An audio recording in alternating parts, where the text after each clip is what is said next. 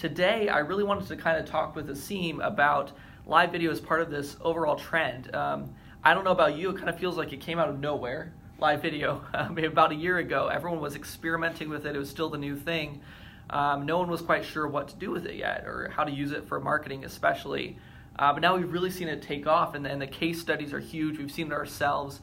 You talk to anyone else, all the predictions for 2018 is that live video is going to become the #1 content source for all marketers. So I want to talk to you specifically about this, though, because Asim has a background in social media marketing before social media marketing was even really a thing, right? It was just social media. No one was really using it for business yet. And in fact, when Facebook was pretty much just a college networking tool app, you were really kind of starting to use it at Microsoft and some other places. So there's something that you saw with social that had potential there for business. And what was that you saw? It was reach, right? I mean, it was the fact that these platforms are basically capturing all of our attention, and it's a really, really easy way for brands and marketers to reach their audience. And it's underutilized. And I think the same exact thing has happened with live video over the past couple of years, is that marketers, content creators are realizing that live video is underutilized as a mechanism to actually get you reach and get you exposure. So it's been a long time in the making. If you actually think about where live video began, it kind of goes back more than 10 years ago to the first Y Combinator class, a company called Justin TV, where a guy by the name of Justin went around with some glasses on and basically live videoed himself going around the San Francisco community and talking to startup founders and things like that. This was really the first form of live video. That company is now called Twitch, which was acquired by Amazon for more than $1 billion, and obviously that's become kind of this live streaming of video gamers. So it's been around for a long time. I think that it's gotten popular in the last year or two because we've realized how much the social platforms are optimizing for live video and putting live video at the forefront to capture attention. So it's definitely been an interesting journey.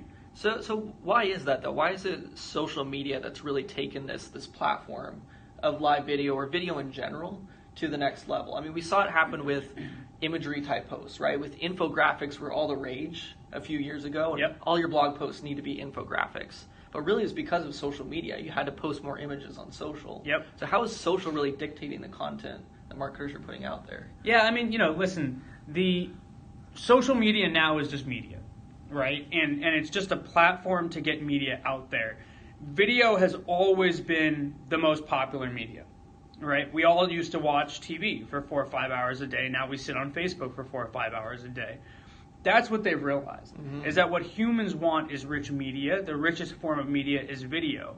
And so as the social networks have caught up and said, hey, we're going to start with text. Ooh, that's interesting. Then it was pictures, right? That's really where Facebook blew up, was on pictures, right? The fact that you could post pictures and tag pictures of friends, that was massive. And now video is this next evolution.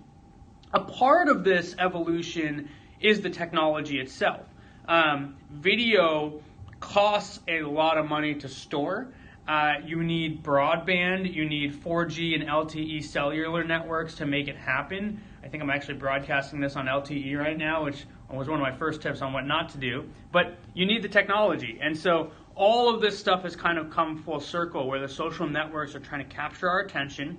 As humans, we like rich video, we like rich media, and now the technology is caught up to make it super cheap and easy for us to share video. Right. And the technology from a creator standpoint has changed as well too, right? It used to be we couldn't film videos on our phones, or it was really crappy. You could only do it for 30 seconds or something, and now it's just so easy. Yep. Turn on your phone, it's right there. Sometimes 2 touches and you're going. Right. So. Well, and the interesting thing is that now the device that you record on is the same device that you share on. Right. So for me, this is nothing new. In college, I was the guy who walked around with a video camera at every single party, every single trip, right? It was this notion of like, I'm just documenting, right? And this is going to be fun for all of us. It's the same thing that, people were doing 20, 30 years ago with home videos, right? Like birthday party with the kid, turn on the video camera, awesome. What happened? Those little tapes, those VHS tapes are sitting around on somebody's cabinet, and you've got no way to play them. Right, when I was doing it, it wasn't on a VHS or a tape. It was digital camera. But I still had to go then download the video and then upload it to Facebook or wherever else, and it was a long process. These video files are large. I think I actually had an external hard drive that I lost at some point with a bunch of video on it. It's tough. Right. Now I literally press a button, and we're not only recording the video, but we're broadcasting the video to the audience at the same time. Right, exactly. And one thing that we've talked about is that the algorithms themselves on social media are really optimizing video, and that's why it's working so effectively. These social algorithms, though, whether it's the way Facebook ranks its news feed or what happens in trending moments in Twitter, seems kind of like a cloudy haze. So is there kind of any pattern here that marketers can expect from how your content's going to be optimized on social? Yeah. I mean, newsfeed optimization is the thing that we all have to be thinking about. And the social networks aren't overly complicating this, right? They are optimizing the things and the pieces of content that get the audience to stay engaged. So if it's engaging content, it will be optimized. How does the social network do that? Well, first, it knows that there are certain types of content that tends to be more engaging.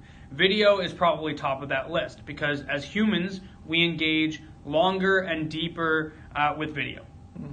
Pictures is next, text, links, all of that is kind of further down the list. You're seeing a resurgence of audio come up as well. So that's kind of the first thing. The next thing is how engaging is it? And the way that the social networks look at that is how long did somebody watch your video, when they were scrolling, how much did they pause, did they like the post, did they share the post, did they comment on the post? All of those are things that give the social network indicators that it's engaging.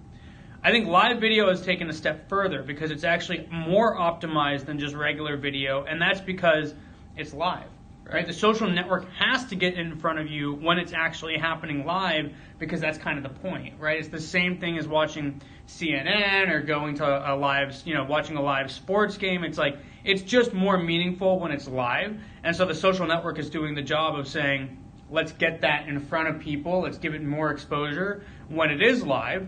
And then the fact that it was live and you had more exposure, you got more engagement, means that after it's done being live, it's also optimized. It has a certain amount of engagement. It has a certain amount of likes and viewers. And so it kind of creates this self-fulfilling effect. Right, which is not a new trend, right? Real-time marketing, we all know, increases conversion rates, increases engagement rates. It's just one piece of that. That's right. In the content world. That's right. Cool. Well, we see the stats ourselves, for sure. We've been kind of revisiting our daily stats on this, so I just want to quickly go through those before we sign off here. But we actually had one of our highest kind of replay days already. So yesterday we did a SocedoLive. We really kind of optimized the title of the post itself with all those hashtags right up front.